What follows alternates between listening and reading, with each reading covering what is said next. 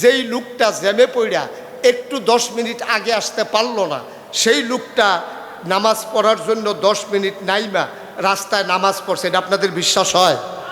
আমার কথা কেনা বিশ্বাস হয়? তো সে তো রওনা দিছিল ঢাকা থেকে, এখানে এসে জুহরের পরে জানাজা ধরবে। তো এতক্ষণের ভিতরে তার তো অজুও নাই, এখন অজুও নাই, নামাজও পড়ে নাই। যখন দেখছে যে সে জানাজা, সে বেড়াইতের মতো জানাজার ভিতরে দাঁড়াই গেছে। তো সে জীবনে যেই লোকটা 5 ওয়াক্ত নামাজ পড়ে না, সেই লোকেরই দিছে জানাজার ভিতরে। এখন জানাজায় যখন গিয়ে দাঁড়াইছে, এখন ইমাম সাহেব যখন কইছে আল্লাহু আকবার, জানাজার নিয়ত বানছে পরে, এখন আমার নেতাও তো নিয়ত বানছে। তা আমার নেতা তো আর বারবার চোখ খুললে তো আর সাউন যায় না, পড়লে ফুরুক না পড়লে নাই। এখন যখন দেখছে যে ইমাম সাহেবের 4 বার জানাজার ভিতরে আল্লাহু আকবার আছে, কয়বার? আমার কথা কয় না, দেখি কয়বার? এখন 4 বার আল্লাহু আকবার বলার কথা, আর 4 বারের ভিতরে প্রথমবার হাত আলগি দেবে, আর বাকি 3 বার ধরে রাখবে। আর হ্যাঁ মনে করছে দাঁড়াইয়া যখন আল্লাহু আকবার, রুকু তো যায় না, সাজদা তো যায় না, তো হাত বুধে প্রতিবারই আলগি দেওয়ান লাগবে। এখন হে ইচ্ছা মতো 4 বার হাত আলগি দিস, লগে দিয়া পড়ছে। এমন এক বুড়া বেড়া, এবার মুহ কথা আটকায় না, আগে আটকাইতো, এখন চামড়া ডিল হয়ে গেছে। এখন এবার হুদু দিয়ে কথা বার হয়। হ্যাঁ বেড়া কইতাছে কিরে, আপনি এত বড় ইয়ে হয়েছেন, আপনি জানাজা পারেন না, আপনি 2 বার হাত আলগি দিয়া বইয়া রয়েছেন। এবার মনে মনে কয়ার লেগে তো আইতাম চাই না তোর আর জানাজা। এখন কত কয়, সপ্তাহখানেক পর হইল ঈদ। কি আমার কথা কয় না, সপ্তাহখানেক পরে কি ঈদের নামাজের ভিতরে 6 বার আছে বেশি আল্লাহু আকবার। এই সময় কি ধৈর্য রাখুন না হাত আলগি দেওয়া? তো হেতানে একবার আলগি দিয়া বিপদে পড়ছে, হেতার তো এটা মনে রয়েছে। হেতে এবার ঈদের নামাজের সময় যত মাসে হাত আলগি দেয় আরো সিফা দিয়া ধরে। ঈদের নামাজ যখন শেষ হয়েছে, এবার ওই লগের বেড়া হেবাড়ায় আবার কপাল গাড়াবার কি হেবাড়া কি, তো তুমি কি জীবনে ঈদের নামাজ পড়ছো না? তুমি এমনি সিফা দিয়া ধরে বইয়া রয়েছি কি তা কয় কথাটা এ কইয়ার না, জানাজা তাইয়া একবার আতালকি দিয়া যেই বিপদে পড়ছিলা। হ্যাঁ বলে বুঝছি। আচ্ছা এইরকম যদি হয় নেতা, তাহলে এই দেশের অবস্থা কি? এটা কি আর ওয়াজ করণ লাগে? তো হয়েছেও তো তাই, হয়েছেও তো তাই। যেমন নেতা যেমন, দেশও তেমন। তো নেতার অবস্থা যদি এমন হয়, তাইলে কর্মীর অবস্থা কেমন? এটার জন্য ওয়াজের দরকার নাই তো। কপাল খারাপ আমাদেরকে যারা চালায়, আমাদেরকে যারা পরিচালিত করতে চায়, যারা নির্বাচন আওয়ানের 2 বছর আগের থেকে ওই গাছের মুড়ের ভিতরে, গাছের ভিতরে উঠতেছে আতলারে শুভেচ্ছা। নির্বাচনের খবর না, তুই উঠটা বই রসুৎকৃতি তুই হ্যাঁ ওইটাতে আতলারে শুভেচ্ছা দিতে আছে, আর দৈরা উঠনের কথা। আরেকবার সীতাকান্ত ও মাগো কইয়াছিলেন দিয়া বেহুশ, রাইতের বাজে 2:30 হেতে কেডা গাছ আতলারে তে ফেনামেনা সাইরা দিছে মুহের। পরে তারে পানি টানি ডাইলে হুশ কইরা জিগা কি ভাই কি দেখলেন? আরে কেডা যেন হলো গাছ ওইটা আতলারে।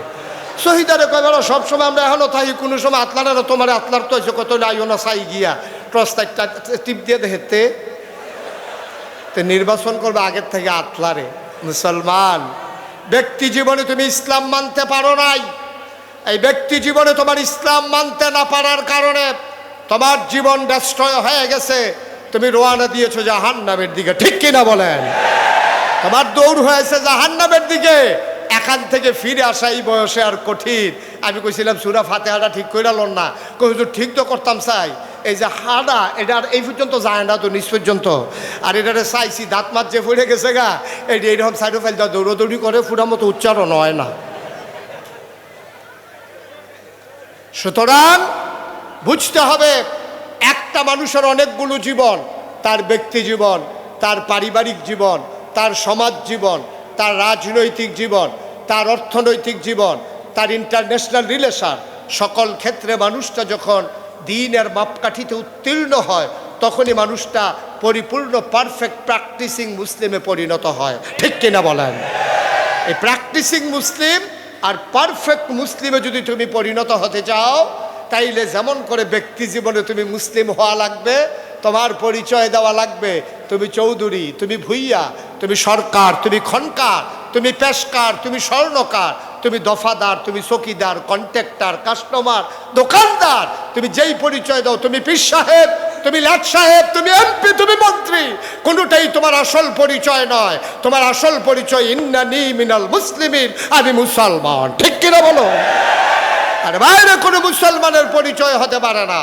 আগে আমার ইসলাম, তারপরে আমার সব পরিচয়, ঠিক কিনা বলেন? দুনিয়াতে পরিচয় দেওয়ার জন্য মুশতাক ফয়েজি পীর সাহেব বলা হয়। কাবির সাইদি পীর সাহেব বলা হয়, দুনিয়ায় যেন চিনতে সুবিধা হয়, কিন্তু কিয়ামতের ময়দানে এই নামে তোমাকে কখনো আল্লাহ ডাক দেবেন না। ভাগ্য খুলে যাবে সেদিন যদি তোমারে ডাক দেয় এই গোলাম, যদি বলে ডাক দেয়, তুমি বুঝবা তোমার ভাগ্য খুলে গেছে।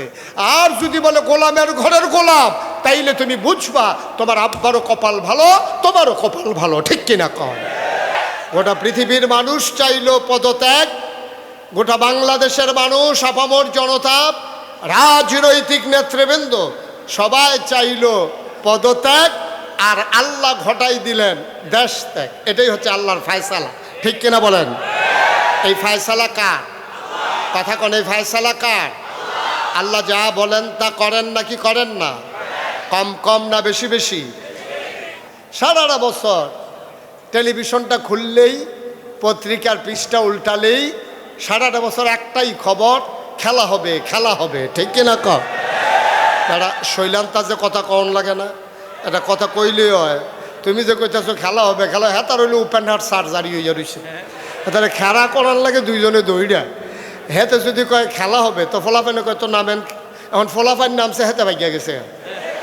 এখন খেলা হইতেছে এক সাইডে, গোল দিতে দিতে দিতে দড়ি গিটাইতে গিটাইতে দড়ি শেষ, গোল দোয়ার শেষ হয় না, কারণ প্লেয়ার নাই তো, বাধা দেউন না নাই, একসেটিয়া গোল।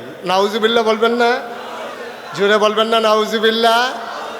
সুতরাং বুঝতে হবে আমাদের চিন্তা ভাবনা এক, আল্লাহর ফায়সালা হলো আরেক। ঠিক আমাদের দেশে যারা রাজনৈতিক নেতৃবৃন্দ, অধিকাংশ দেখবেন 5 ওয়াক্ত নামাজ পড়ুক আর না পড়ুক, জানাজার ভিতরে দেখবেন আমাদের দেশের রাজনৈতিক নেতারা সবার আগে এসে হাজির। ঠিক কিনা কম?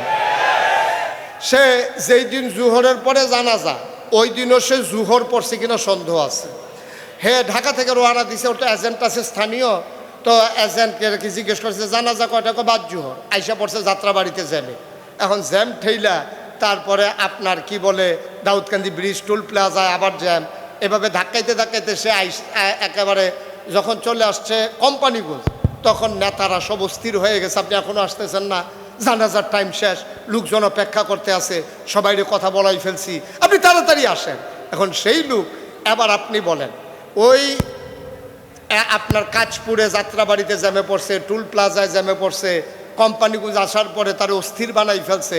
এখন সে কোনো মতে দৌড়ে আইসা গাড়ি যখন ঢুকাইছে, তখন একেবারে জানাজা যায় যায় অবস্থা, শেষ শেষ অবস্থা, এমন সবাই নেতারে মাইক দেওয়া হলো। বন্ধুরা আমার, ভাইরা আমার, ব্যক্তি জীবন আজকে শেষ হয়ে গেছে। আমরা লোভ লালসায় পড়ে গেছি, আমরা নিজের চরিত্রকে হারিয়ে ফেলেছি, আমরা নিজের জীবনকে ধ্বংস করে দিয়েছি, আমাদের ভিতরে সততা আজকে বিদায় হয়ে গেছে। আমরা বাংলাদেশে ভয় পাই পুলিশকে, র্যাব, গোয়েন্দাকে, আমরা ভয় পাই দলীয় ক্যাডারকে, অথচ আল্লাহ কয় কোরআনুল কারীমে 21 পারায় সর্বশেষ সূরা, সূরা আহজাব, যেখানে 73টা আয়াত 9টা রুকু, আল্লাহ কয় ইয়া আইয়ুহান নবী, হে নবী ইত্তাকিল্লাহ, আপনি কাউকে ভয় পাবেন না, আপনি ভয় পাবেন কেবলমাত্র শুধুমাত্র একমাত্র আমার আল্লাহকে। ঠিক কিনা? একমাত্র আল্লাহকে ভয় পাবেন। কিসের নেতা, কিসের খেতা, কিসের র্যাব, কিসের গোয়েন্দা, কিসের পুলিশ, কাউকে ভয় পাওয়ার কোনো সুযোগ নাই। ইত্তাকিল্লাহ, তুমি ভয় পাবা শুধুমাত্র কেবলমাত্র একমাত্র আমার আল্লাহকে। বলেন সুবহানাল্লাহ। ভয় পাবেন কারে? আল্লাহকে। সুবহানাল্লাহ বলবেন না? বলেন সুবহানাল্লাহ। একমাত্র ভয় পাবেন আল্লাহকে। নবীজি তাই করেছেন, এবং ১৫০০ বছর আগে নবী তাই ঘটিয়ে দিয়েছেন।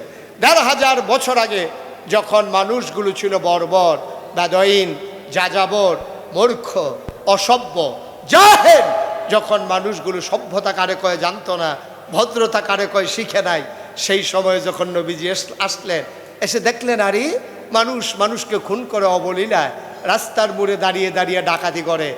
এই সন্তান বাপ মারা যাওয়ার পরে আগের তরফের সন্তান তার মাকে বিয়ে করে ফেলে, কন্যা সন্তান হলে জীবন্ত কবর দেয়। আজব কারবার। এই মানুষগুলোকে কেমন করে সোনার মানুষ বানানো যায়? নবীজি প্রচেষ্টা চালালেন, তিনি চোখের পানি ছেড়ে দিয়ে কাঁদলেন, আল্লাহর কাছে সাহায্য চাইলেন। আল্লাহর কাছে সাহায্য চাইলে আল্লাহ দেয় নাকি দেয় না? আল্লাহ তাবারক ওয়া তাআলা সুন্দর করে কোরআনুল কারীমে ঘোষণা করে দিলেন, ওয়াল্লাযীনা জাহাদু ফিনা লানাহদিয়ান্নাহুম সুবুলানা ইন্নাল্লাহা লামাআল মুহসিনিন। আল্লাহর পথে যারা চলতে চায়, যারা চেষ্টা করে, আল্লাহকে পাওয়ার যত রাস্তা আছে সবগুলা রাস্তা সহজ করে দেন, ঠিক কিনা দেন? কিন্তু মনে রাখতে হবে আল্লাহ কিন্তু এমনি এমনি সহজ করে দেন না। আল্লাহ তাবারক ওয়া তাআলা পরীক্ষা নিয়া তারপর আপনার জন্য সহজ করে দেন। এই যে আমাদের আদম, আমাদের আব্বা আদম আমাদের কি হয়? কইতে পারে না, কি আব্বা আদম আমাদের কি হয়? আব্বা। আব্বারে আব্বা কইতে শরম করে না, আজাগাত কুজাগাত গিয়া ফারোওয়ালা দুপুর হইয়া লইয়া পড়ে মাজারও গিয়া অসুবের দল কয় আসেনি রে এই কালবা। তারপরে আব্বাটা শরম কি? শরীরটা লাড়া দিয়া, গলাটা ঝাড়া দিয়া, মুখটা গুল করিয়া, যে দূর শক্তি আছে সবটা লাগাইয়া আদম আমরার কি হয়? মানে এই আওয়াজ লাস্টেরটা এটা নাকি? আদম আমরার কি হয়? কোনো শরম আছে নাকি? আব্বাটা একবার শরম কি? আর আজাগাত কুজাগাত কি আব্বাটা হুকিতা? আজাগাত কুজাগাত কি আব্বাটা? আর আপনারা যেমনি আব্বা 17 বছর লাগাইয়া মুখস্থ করাইছে, আব্বা 17টা বছর লাগাই আব্বারে মুখস্থ করাইছে।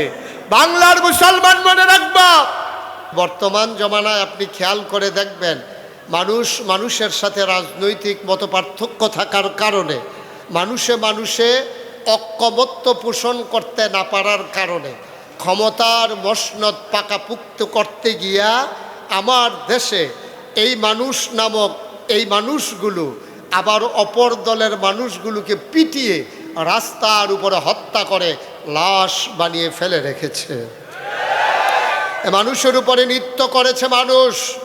গোটা পৃথিবীর মানুষ অবাক বিশ্বে তাকিয়ে দেখেছে। মানুষ এত হিংস্র হতে পারে, মানুষ এত কুৎসিত হতে পারে, মানুষ এত নির্মম হতে পারে, মানুষ এত পাষণ্ড হতে পারে, এটা মানুষের জানা ছিল না। এই মানুষগুলো যখন আল্লাহ বানিয়েছিলেন, ফেরেশতাদেরকে যখন বলেছিলেন ইন্নী জাইলুন ফিল আরদি খলিফা, আমি একটা কওম, আমি একটা সম্প্রদায়, আমি একদল মানুষ বানাতে চাই। ফেরেশতারা বলছে বানানোর দরকার নাই, মানুষ বানাবেন, মারামারি করবে, কাটাকাটি করবে, ঝগড়া বিবাদ করবে, কি দরকার মানুষ বানানোর? আল্লাহ তাবারক ওয়া তাআলা তাদের যুক্তি মানলেন না, বুদ্ধি শুনলেন না। তিনি ঘোষণা দিয়ে দিলেন ইন্নী আ'লামু মা লা তা'লামুন, আমি যা জানি তোমরা তা জানো না। বলেন সুবহানাল্লাহ। মানুষ বানানো হয়ে গেল। একটা মানুষ জাহান্নামে যাক, আমি শুরুতেই বলছিলাম আল্লাহ চান না। সব জান্নাতে গেলেই আল্লাহ লাভ, কারণ আল্লাহ বড় আদর করে মানুষ বানিয়েছেন। আফসোস কি জানেন? আল্লাহ চান আমরা জান্নাতে চলে যাই, কিন্তু আমরা জাহান্নামের দিকে এমন দৌড় দিছি, এটা থেকে উঠে আসা বড় মুশকিল, ফিরে আসা বড় মুশকিল। এখন হার্ট ব্রেক কইরাও আমাদের ফিরে আসার আর সুযোগ নাই। কারণটা কি? আজকে সেই কারণগুলো চিহ্নিত করব। কেন মানুষগুলো আজকে জাহান্নামের দিকে দৌড় দিয়ে আছে, কেন ওরা ফিরতে পারছে না, এগুলো ইনশাআল্লাহ পর্যায়ক্রমে আলোচনা। ওয়ামা তাওফিকি ইল্লা বিল্লাহ। বন্ধুগণ, আল্লাহ তাবারক ওয়া তাআলা জান্নাতে দেওয়ার জন্য মানুষদেরকে অনেকগুলো চেষ্টা করেছেন, অনেক চেষ্টা, অনেকভাবে আল্লাহ চেষ্টা করেছেন, কিন্তু মানুষগুলো পারল না। কেন মানুষগুলো পারল না? অনেক কারণে। এক নম্বরে হচ্ছে সে ব্যক্তি জীবনটাকে গুছিয়ে নিতে পারেনি। মানুষ সাহাবায়ে কেরাম যেমন করে তার নিজেদের জীবনকে বিসর্জন দিয়ে তারা দিনকে তাদের জীবনের সবচেয়ে বড় একেবারে মঞ্জিলে মাকসুদ হিসাবে বেছে নিয়েছেন, আমরা কিন্তু তা পারি নাই। আমরা কি করি? আমরা করি কি? আমরা এই ইসলামকে মানি এমনভাবে যে আমরা ইসলাম মানতে চাই অবসর মতো, সুবিধা মতো, প্রয়োজন মতো।